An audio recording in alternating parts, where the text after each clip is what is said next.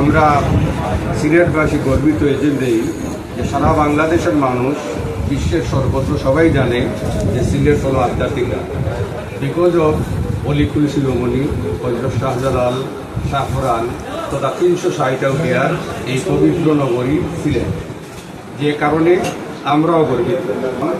আমরা যে কারণে গর্বিত সেই কারণেই আমরা মনে করি যে শাহজালাল, শাহফরান 360 আউলিয়ার প্রতি আমাদের শ্রদ্ধা আমরা সমুন্নত থাকবো এবং সারা দেশব্যাপী দেশের মানুষ আমাদের সিলেটকে আধ্যাত্মিক রাজধানী হিসেবে বিবেচনা করে।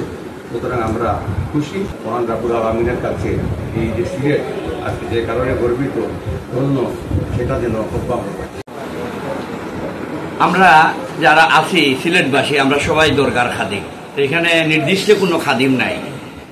আমরা গান বাজনার বিপক্ষে, গাঁজা খাওয়ার বিপক্ষে, আমরা মোমবাতি জ্বালানোর বিপক্ষে, আমরা ওইগুলা চাই না। কিন্তু উরুস, গিলাফ চড়ানো উরুস, এটা চলে আসবে, চলে থাকবে, সারা জীবন থাকবে। আমাদের রক্তবিন্দু থাকতে, আমি কোনো দরগার কমিটিরও না, কিচ্ছু না, কিন্তু আমাদের, শুধু আমি একা না, আমাদের রক্তবিন্দু থাকতে আমরা উরুস করব সারা জীবন। কিছু কিছু মানুষ বিভ্রান্তি ছড়াচ্ছে, আমরা এই বিভ্রান্তির বিপক্ষে। যেটা হবে হয়ে আসছে, হবে, চলবে। এবং তারা সত্যিকারের দিন এই জন্য আজকে এখানে যে রূপে ডাকবে আল্লাহকে, সেটাই আল্লাহ। এখানে সিলেটের অগণিত ধর্ম প্রাণ মুসলমান যারা বিশ্বাস করে, অনেকেই যারা আল্লাহ বিশ্বাস করে, আমরা এখানে এসেছি। আমরা সিলেটবাসী যারা, তারা আমাদের মেহমান, এবং মেহমানকে আমরা অপমান করব না। এবং কেউ যদি গান বাজনা করে, কেউ যদি জিকিরাজকে, এটাতে আমরা মাথা দিব।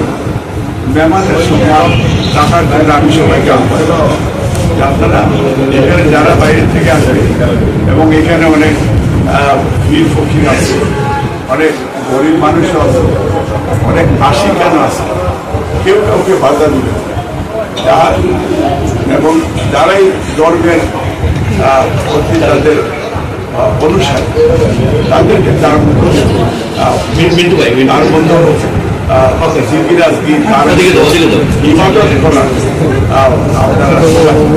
সুযোগ করে দিই এবং যেভাবে আল্লাহকে ডাকবে আমরা কেউ কাউকে বাধা দিব।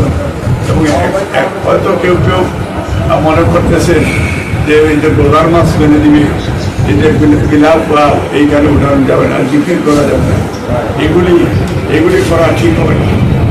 কারণ এটা আল্লাহ তাআলা সবচেয়ে ভালো জানতে, এবং তুমি বিচারের মালিক।